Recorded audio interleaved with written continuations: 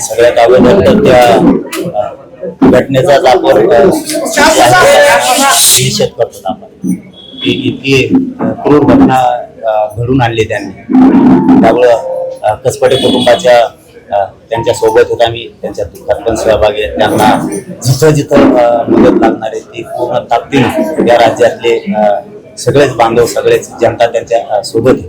परंतु काय आहे बरं का, हे मॅटर मध्ये स्पष्ट दिसून येत आहे की 5 आरोपी आहेत आणि आणखी 2 का काय फरार आहेत, आणखी 1 का 2 आणखी फरार आहेत। म्हणजे हे तर एकतर सामूहिक कट आहे की 100% हा सामूहिक कट रचून ही हत्या आहे, ही आत्महत्या नाही असं कुटुंबाचं पण म्हणणं आहे आणि प्रथमदर्शनी तसं दिसतंय पण की ती हत्या नसून आत्महत्या नसून ती हत्या आहे। कारण त्यांच्या अंगावरती प्रचंड वळ आहे, असे फोटोमध्ये सुद्धा आता दिसलंय आणि बघितलंय पण।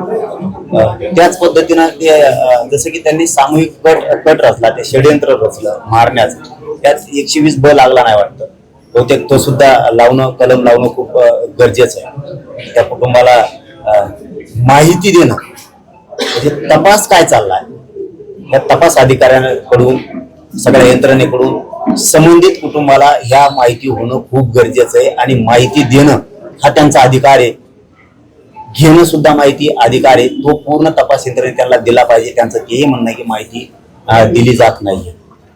चार्जशीट वरती तपासावरती लक्ष ठेवण्यासाठी सरकारी वकिलांची खूप आवश्यकता आहे, ते सुद्धा तातडीनं नियुक्त सरकारनं केलं पाहिजे। नुसतं इथे घोषणा करून नाही चालणार, त्या लेकी बाळीला त्या कुटुंबाला न्याय नाही मिळणार तुम्ही नुसत्या घोषणाच केल्या। आता मोका लावतो म्हणलाय, त्याची प्रोसिजर सुरू आहे का याचं उत्तर कुटुंबाला कोणी दिलंय का सरकारच्या वतीनं आतापर्यंत की हो आम्ही मोका लावतो बोललो तर आम्ही त्याची प्रोसिजर सुरू केली? हे कुटुंबाला आतापर्यंत कोणी बोललेलंच नाहीये। मग कुटुंबाने विश्वास ठेवायचा कसा, न्यायाची अपेक्षा करायची कशी? पुन्हा कुटुंबाला असं तर बघावं लागणार नाही ना की सत्ता आहे आणि सत्तेतलेच आरोपी आहेत म्हणून हे सुद्धा प्रकरण दबलं, असं कुटुंबाला वाटायला नको। म्हणून या जिल्ह्यातल्या पालकमंत्र्यांनी, या राज्याच्या मुख्यमंत्र्यांनी आणि तपास यंत्रणेने कुटुंबाला सगळी माहिती देणं आवश्यक आहे आणि ती दिली गेली पाहिजे। हा तपास जसाच आता SIT करते अशी माहिती मिळाली मला, आता माहिती नाही तसं CID पण तपास केला पाहिजे। CID पण खोलात जाऊन हा तपास केला पाहिजे की ही हत्या आहे की आत्महत्या, हे सुद्धा होणं गरजेचं आहे। आणि पोलिसांमार्फत सुद्धा तपास होणं गरजेचं आहे, कारण पोलिसांना सुद्धा तितके बारकावे माहीत असतात। ही चर्चा आम्ही कुटुंबाशी केली आणि सरकारला सुद्धा ही मागणी करतो की तातडीनं जे कुटुंबाचं म्हणणं आहे ते पुन्हा एकदा ऐकून घ्या आणि त्यांच्या म्हणण्याप्रमाणे तपास करून योग्य न्याय या कुटुंबाला मिळाला पाहिजे आणि ते फासावरती गेले पाहिजे, ही समस्त कुटुंबासोबत समस्त समाजाची इच्छा आहे। पण दादा, केवळ वैष्णवी हरवणेच नाही तर अशा अनेक कौटुंबिक हिंसाचाराच्या बळी ठरत आहेत। राज्यामध्ये स्त्री अत्याचाराच्या प्रमाणातही वाढ होत आहे आणि कुठेतरी या सगळ्यावर रोखायला, हे सगळे प्रकार रोखायला गृह विभाग कमी पडतोय का, वचक कमी पडतोय का, जसं बघताय एकंदरीत राज्यातल्या एक घटना बघतोय। आता गृह विभाग कमी पडतोय की नाही पडत या तपासून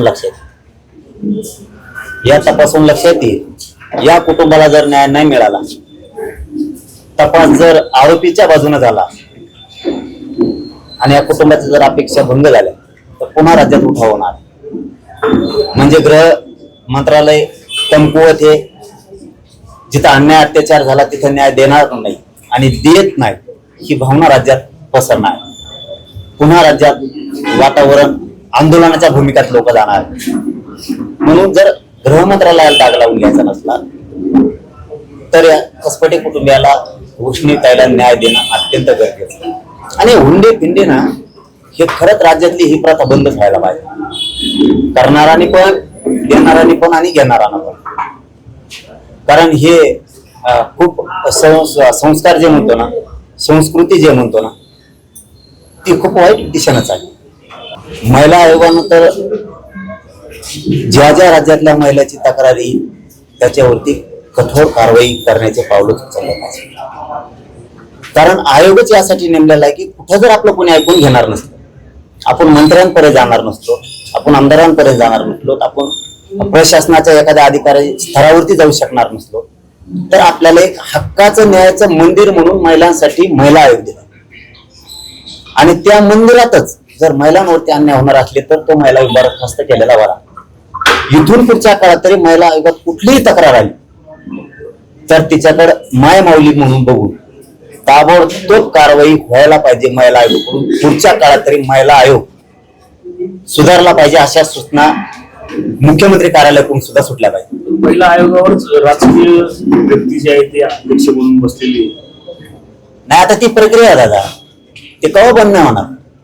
समजा तो प्रश्नच नाहीये, ते त्यांचं आलं की ज्यांचं दुकानवर बसतं त्यांचंच खाली दुकान बसत, ते आता ती प्रथाच आहे. परंतु अपेक्षा आम्हाला एवढीच आहे, तुम्ही जरी तुमची सत्ता आली म्हणून तुमचा माणूस बसवला हरकत नाही, पण असं नाव का मग त्या पदावर बसलेल्या माणसाला, मग तो कोणी पण असू दे, त्यांच्याकडे महिलेची तक्रार येणं, ऍक्शन घेणं. एका बाजूला सरकार आणि एका बाजूला महिला आयोग लोकांना वाटला पाहिजे की आधाराचं स्थान महिलांचं कोणतं असेल तर महिला आहे. इथून पुढच्या काळात तरी त्यांनी ऍक्शन म्हणजे ऍक्शनच घेऊन महिलांना न्याय दिला पाहिजे. नसता त्यांच्या विरोधातही सुरू होणार मग अपेक्षा आहे. नाही. याच्यावरती उद्या सकाळी बोलल मी. आज नको, मी आज ताईच्या कुटुंबियाला भेटायला आलोय. आज आमच्या पुढे प्रथम एकच गोष्ट आणि एकच उद्देश आहे, ताईला न्याय दिवस तर मागं हटायचं नाही आणि त्याच्यावरती आम्ही ठाम आहेत. फक्त पुन्हा एकदा आपल्या माध्यमातून सांगतो सरकारला, कुटुंबाचं जे म्हणणं आहे त्याच्यावरती बारकाईने लक्ष ठेवा. त्यांचं म्हणणं आहे तपास कुठपर्यंत आलाय, तपासात आतापर्यंत आरोपीपर्यंत कोण पोहोचले की नाही पोहोचले, ही सगळी माहिती कुटुंबाचा अधिकार आहे, तो तपास अधिकाऱ्यांनी त्यांना दिली पाहिजे. त्यांना जो वकील पाहिजे तो नियुक्त तातडीने केला पाहिजे. तुम्ही मोका लावतो म्हणला त्याची प्रोसिजर लगेच सुरू झाली पाहिजे. आता जर एसआयटी बसली तर शिवाजीला सुद्धा तपास करू द्या आणि पोलिसांना सुद्धा करू द्या.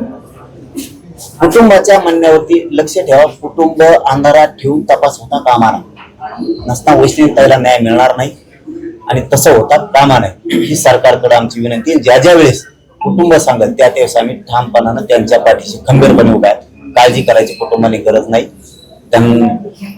एवढीच त्यांच्याशी चर्चा केली आणि आज एवढंच. उद्या त्याला बाकीचं सगळं बोल. धन्यवाद. देश विदेशातील प्रत्येक घडामोडींचे लाईव्ह अपडेट मिळवण्यासाठी आता साम टीव्हीच्या सर्व सोशल मीडिया प्लॅटफॉर्मला लाईक, फॉलो आणि सबस्क्राईब करा. तसंच सर्व नोटिफिकेशनसाठी बेल आयकॉन प्रेस करायला विसरू नका.